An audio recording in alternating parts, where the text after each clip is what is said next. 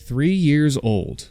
That was the age of a boy named Steven who would repeatedly jump face first into giant mounds of snow. Upon seeing him do this over and over again, his grandfather made the comment, "That's something only a Turk would do." And the nickname stuck. From then on, this boy came to be known as Turk Wendell. And this is just the very beginning of this guy's strange antics. Born in 1967, Turk Wendell is one of the most interesting MLB players to have ever graced the game. In his time, he was known as the most superstitious athlete ever. And this wasn't a recent development when he started playing for MLB. During his Little League career, he would wear the same Dallas Cowboys shorts underneath his uniform until one day they finally wore out. And by wore out, I mean they had gone through over 2,000 washes and disintegrated, like that scene from RoboCop that terrified me as a kid.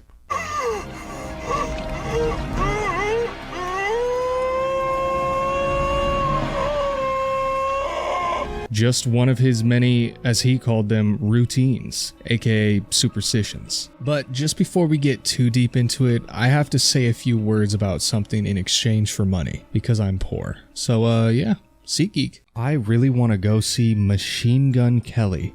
I can't wait to see Machine Gun Kelly, but I just don't know where I'm gonna get the best deals on tickets, is something that I would never say because I know about SeatGeek. With over 28 million downloads, SeatGeek is the #1 ticketing app.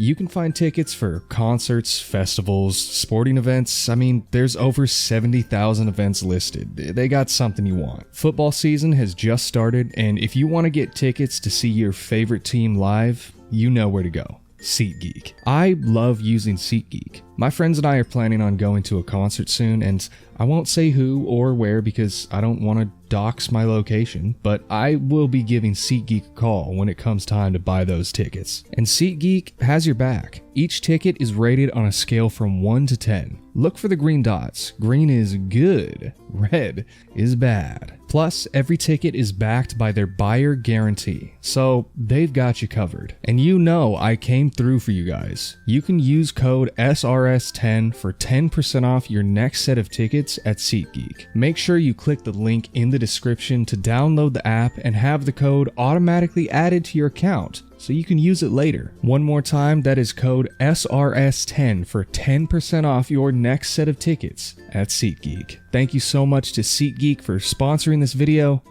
Now let's get back to it. Jumping ahead a bit, after his time as a college baseball athlete, he was drafted in the 5th round by the Braves before being traded to the Cubs. He made his major league debut in 1993 at 26 years old as a pitcher for the Cubs. As of recording this video, I'm 25 right now, so I guess there's still time to make my parents respect me as a human being and make something of myself. I forgot to mention this one, but he also tried to establish a residency at an old military outpost that trained soldiers during World War I and World War II.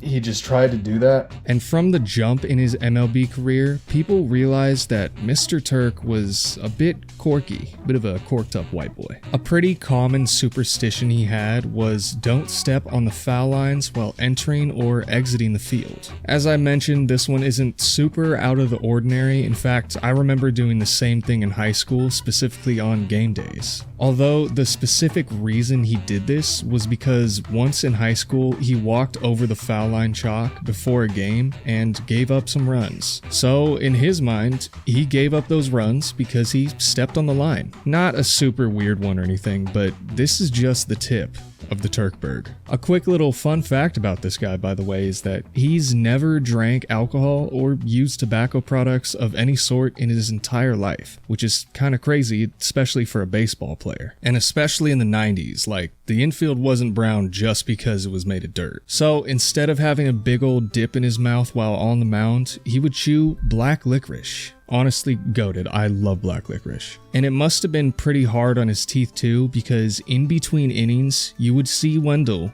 brushing his teeth. just in the dugout, brushing away. This routine began in the minors, and somehow it made it with him to the majors, which is surprising because this was before player individuality was encouraged in any way. This could have been another one of his superstitions, or maybe he just always had a date in between innings he was getting ready for. But speaking of superstitions, let's get back into some of his other notable ones. Before he would even start pitching, he would always wave to his center fielder, and that ball does not leave his hand until he gets that wave back. However, it wasn't quite time yet though, because of course there are other routines that need to be performed first. He would draw 3 crosses with his finger on the pitcher's mound dirt, each of them representing a prayer for pitching as good as you can, staying injury-free, and winning, before ending this ritual by licking the dirt off his finger. Dude was just immune system maxing. Like, I think I see why he was brushing his teeth between innings now. God, and in the 90s too, he for sure was like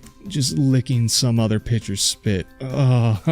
He also really liked spiking that rosin bag like he's Odin throwing Gungnir. And just to put the cherry on this weirdo cake, if his catcher was standing, he was squatting, and if his catcher was squatting, he was standing. He believed that the catcher and the pitcher should never be squatting or standing at the same time, because otherwise you will lose.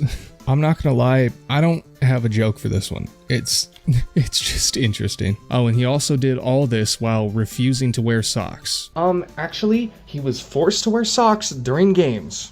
So you got that one wrong, buddy. Saying there's no purpose for them. I'm sure his sister really appreciated that at her wedding when he was just walking around sweating his feet off. That was probably awesome. Now, I will say I am being a bit hyperbolic, as these routines were never as linear as this, and they would come and go throughout his career. But Cubs fans recognized that this was his authentic self, and he played baseball the way he wanted to play it. Like a freaking weirdo, but with love. Jim Riggleman, the Cubs manager at the time, at one point told Wendell to basically stop being weird.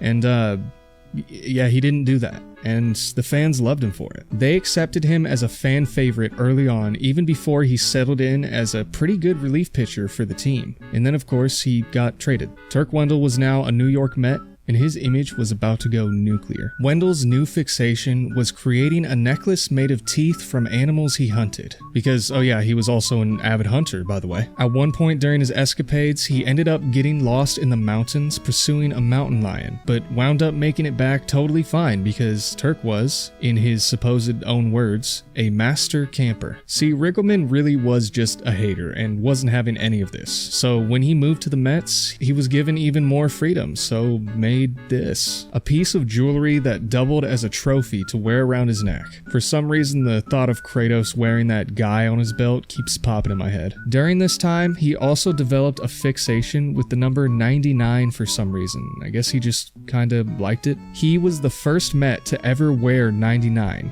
He insisted his contract for both the 1999 and the 2000 seasons ended in 99 cents instead of it being a whole dollar figure. And he even took it another step further in 2001, where the value of the deal he signed for 3 years was $9,999,999.99. New rage bait tactic. Give Turk Wendell 1 penny on his 2001 deal signing day. Money was never really the true motivator for him though, as he made perfectly evident by his public vow to play his final year of his career for free. To him it was a way to give back to the game that he loved so much. But the players' union wasn't gonna let that happen, so they paid him a salary for every season of his career whether he liked it or not. But like, let's be honest, money. It's pretty nice to have. Wendell is a man who's all about loyalty, honoring those who you respect, and tradition. He pitched well for the Mets, and he pitched a lot for the Mets, and became a cult hero for them in the process. He fed off that and was one of MLB's most reliable relievers in his time in New York. He averaged well over 70 games pitched per season, while also being 37% above league average at preventing scoring. This is a man who grew up in Massachusetts as a lifelong Red Sox fan, even citing his Red Sox fandom as why he enjoyed the chance to compete against the New York Yankees while a member of the Mets. But he fell in love with the Mets so much that in retirement, he says he doesn't even watch Red Sox games anymore. only Mets games. No matter what team he was on, fans loved him for being a relatable and fascinating human being. Maybe not relatable in the sense that he brushes his teeth every 20 minutes, wears teeth around his neck, and never wore socks, but more for the fact that he is truly and unapologetically himself. And it seems his teammates thought of him similarly, as a fellow Mets pitcher he played with later named his son Turk directly in Mr. Wendell's honor. But during the 2001 season, the Mets traded Turk away to the rival Phillies. And while playing for them, he must have forgotten one of the crosses on the mound for a few games, because in Philly he struggled a bit due to elbow soreness and missed all of 2002 with an elbow injury. But he did come back in 2003 to have a pretty solid year for the Phils, and then turned in one more year with the Colorado Rockies in 2004. He signed to the Rockies for less money than he was offered by other teams just because he liked Colorado more. And he must have enjoyed it as much as he thought he would, because in retirement he became a rancher and farmer, buying land in Colorado and Iowa to hunt, fish, and farm. And a strange fact about the research for this video, I'm not saying I'm a real superstitious guy, but I swear to you that the YouTube video we found on the Mets official channel catching up with Turk in his modern day life as a farmer had 999 views when we came across it. That's probably about as Turk Wendell as you can get. His legacy was carried on for decades after his career ended. In 2021, 20 years after Turk left the Mets, they gave out the second number 99 in team history, and good old Turk sent over a care package to his successor, a turkey spur necklace and black licorice. The dental hygiene assignment was then understood, and it was time to take photos. And in August of 2022, the Mets held their first Old Timers Day in nearly 30 years. Turk, now 55 years old, took the mound in New York wearing a Mets uniform again, spiking the rosin bag before his outing began. Some things never change. Turk, you got the necklace? I got a broke down version of it. I've given some pieces of it to my nephews and nieces over the years. Turk, what's your greatest memory of your time with the Mets? I mean, obviously the World Series, but you know, just the honor of being a Met player. A lot of players are unfortunate to be able to play for such a great organization. And now...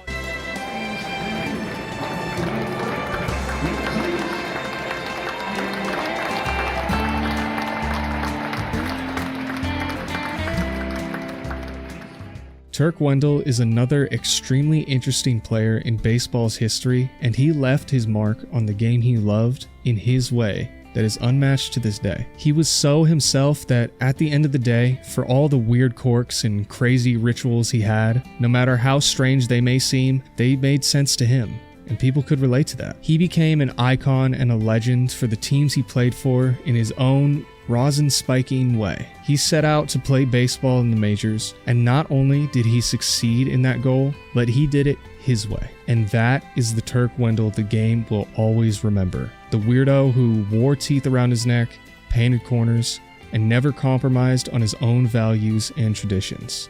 And for that, Mr. Wendell, you deserve all the respect in the world. Ladies and gentlemen, thank you so much for watching this video. It was a really fun one to make. I love doing these kind of random videos on really interesting characters from sports history. So as always, if you liked it, maybe drop a sub, a like, and let us know down in the comments if you ever had any strange rituals you would do or still do. Yes, this is algorithm bait, but I'm also really interested. I personally have a ton since I have OCD, such as if I brush or touch something with one hand, I usually have to touch it with the other to keep everything even. So yeah, let us know down in the comments. But anyways, have a lovely day, gamers. Peace.